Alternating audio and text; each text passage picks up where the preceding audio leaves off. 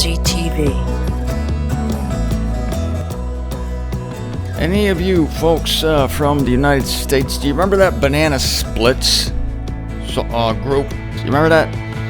My favorite part of that was the Sour Grapes bunch.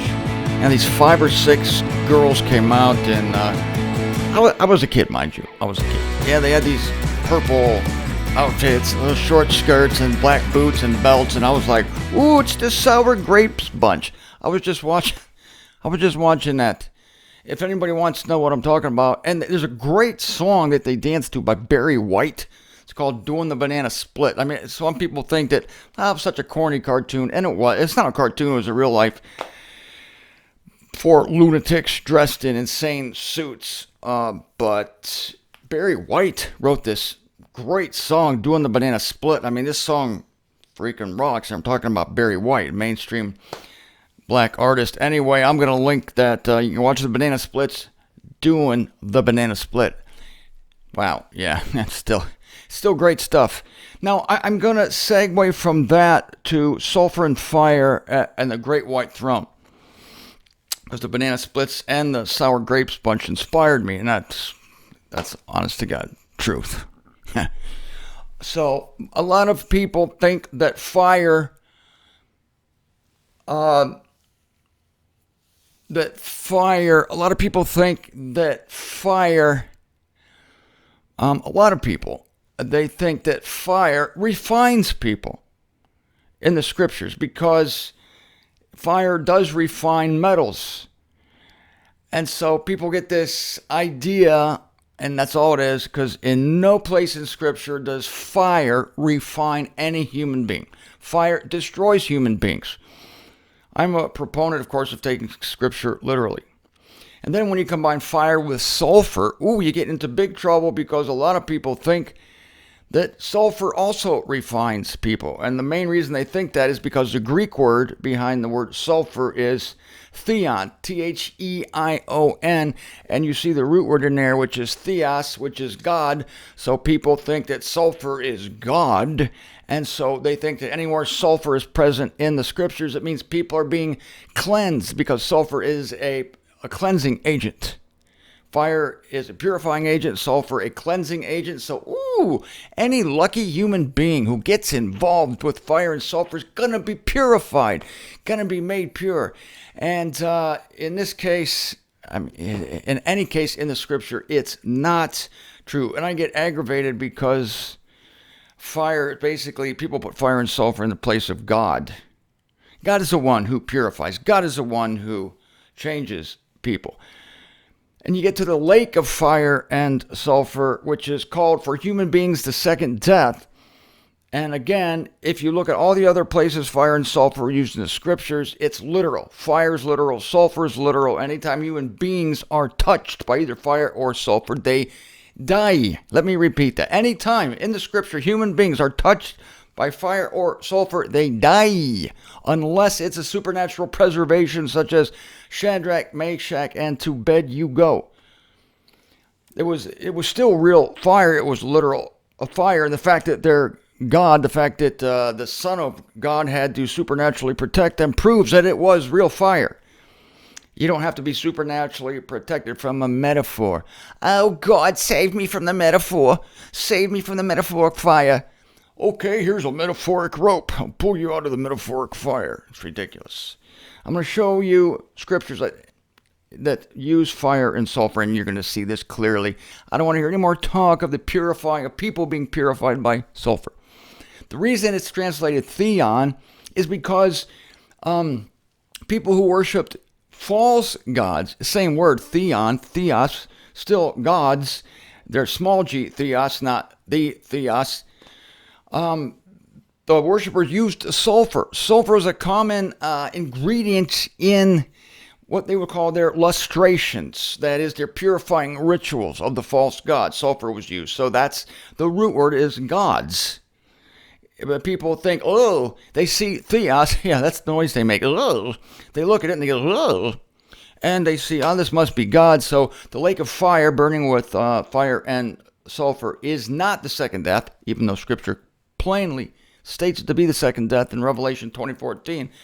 They think that people are alive in the lake of fire, being purified and being processed. I've been fighting this for years because I hate it because it glorifies death. It makes death to be an agent of purification.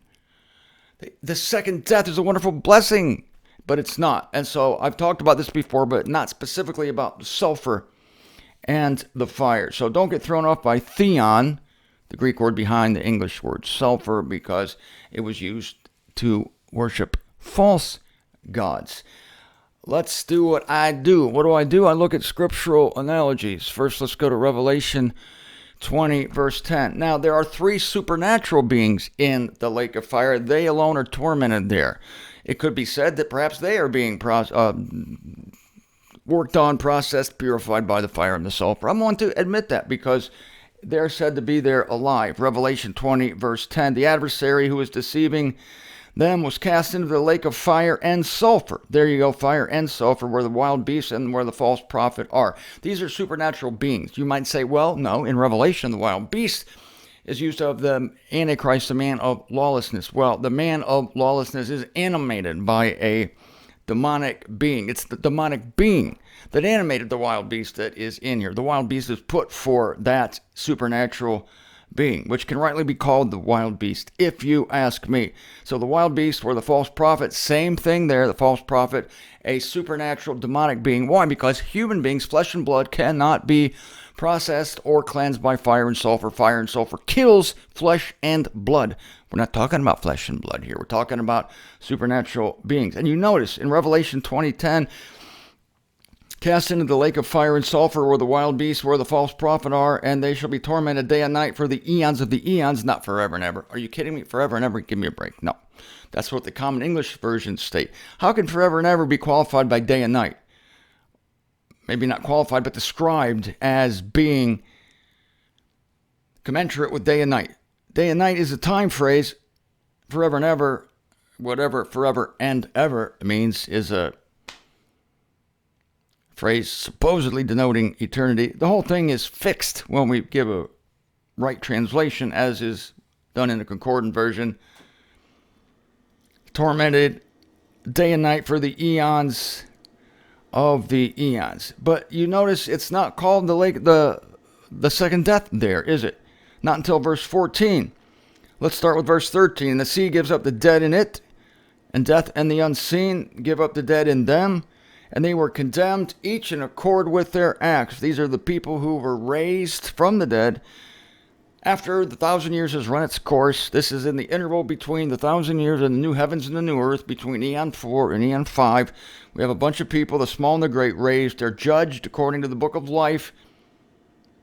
And those whose names were not found in the book of life were cast into the lake of fire.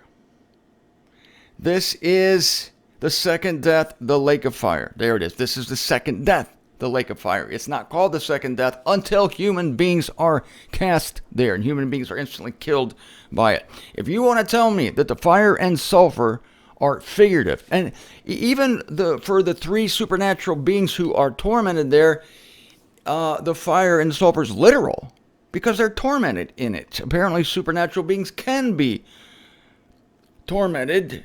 So, okay, I take it back that they're purified.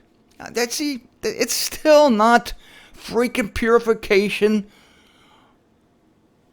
or the other thing, cleansing or whatever. It's not. They're tormented. Why do we have to define God's definitions? I almost fell into the trap there myself, saying just minutes ago, well, the beast, adversary, and the false prophet, they can be refined and cleansed and purified in sulfur and fire. Why am I saying that? Because the text tells us exactly what's happening to them. They're tormented in the sulfur and the fire. It's not purifying them. Maybe the torment will result in them having new thoughts, new ideas, new emotions, new feelings, new revelations. Ow, this sulfur hurts. I just had a new thought. Oh, this fire's processing me terribly. Ooh, I just got a brilliant idea. Maybe God is God. Like the Nebuchadnezzar experience. He was tormented by dew out in the grass. Nebuchadnezzar was. He was tormented by his fingernails and toenails, which grew like eagle's talons. He was tormented by, bad breath, body odor, whatever the guy had to put up with. So this is the supernatural being version of eagle's talons and bad breath, and that is fire and sulfur. But for human beings, they die. They die. Don't be telling me that they're being purified in there. So let's look at places in Scripture where fire and sulfur are used. Let me, if you will, go to Luke 17:29. Here is Luke 17:29. I love this verse.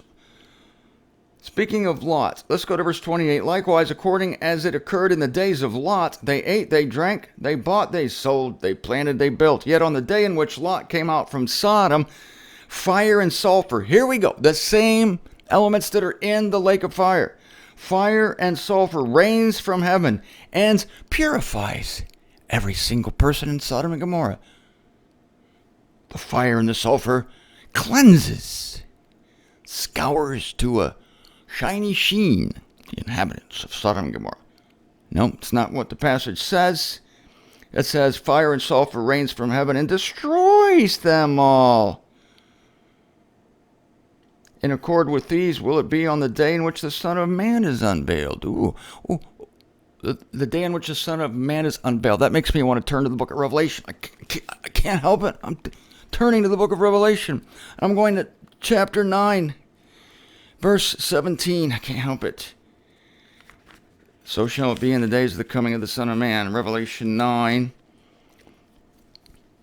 and verse 17 and 18. And thus I perceived the horses in the vision, and those sitting on them, having cuirasses, fiery, and amestatine, and sulphurous. And the heads of the horses are as the heads of lions. And out of their mouths is issuing fire and fumes and sulphur. We got a third element added here, fumes. The fumes are from the sulfur. Sulfur emits a terrible fume. It's noxious. Not only that, it's poisonous. Out of their mouths is issuing fire and fumes and sulfur. By these three calamities were purified a third of mankind. By these three calamities were cleansed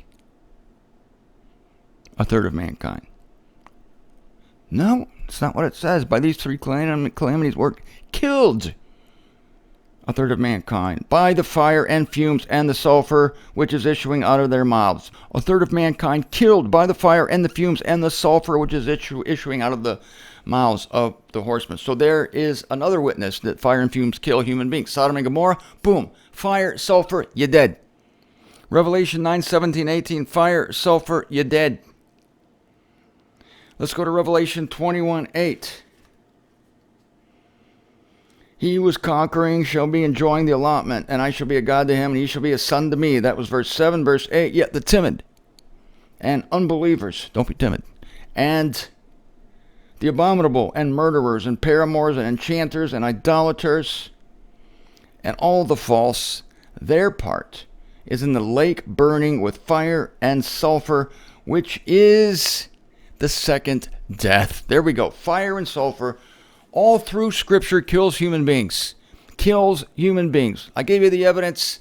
If you're going to try to say that the fire and sulfur of Revelation 20:14, the lake of fire and sulfur, if you're going to tell me that the people cast into the lake of fire are purified and cleansed by the sulfur and processed and wonderfied by the fire, you have the burden of proof on you. It's all on you. Do you feel the weight of it? Ooh, because every single place, especially in the book of Revelation itself, in the same book where you're trying to tell me that people are being purified and cleansed. No, in the same book, the fire and sulfur, same word, sulfur, theon, kills people. Never does it do anything else.